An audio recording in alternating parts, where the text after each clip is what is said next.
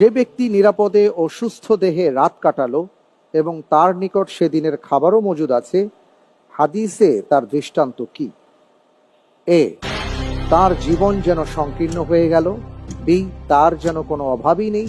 C, তাকে যেন গোটা দুনিয়াই দান করা হলো। ডি, সে যেন পৃথিবীতে সবচেয়ে ধনবান।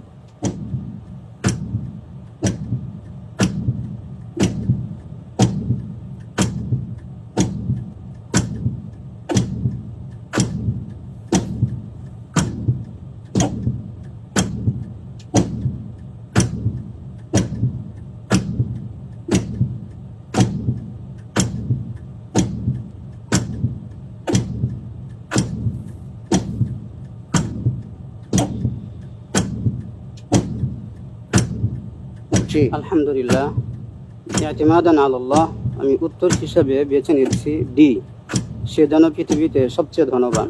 লক করে দিব। ইনশাআল্লাহ। ফ্রিজ করা হোক অপশন ডি, সে যেন পৃথিবীতে সবচেয়ে ধনবান। আপনি কি এটা বুঝতে পেরেছিলেন? হাদিসটা ধরতে পেরেছেন? ধরতে পেরেছি। হাদিসের মধ্যে কি এভাবেই এসছে? আমরা যতটুকু মনে পড়ছে। আচ্ছা, আপনি যে উত্তরটি দিয়েছেন আপনার উত্তরটি সঠিক হয়নি।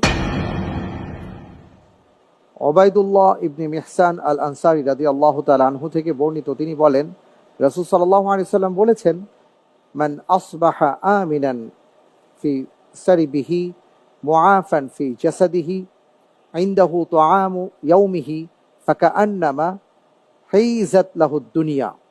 মূল ব্যাপারটা হলো যে তাকে যেন গোটা দুনিয়াই দান করা হলো।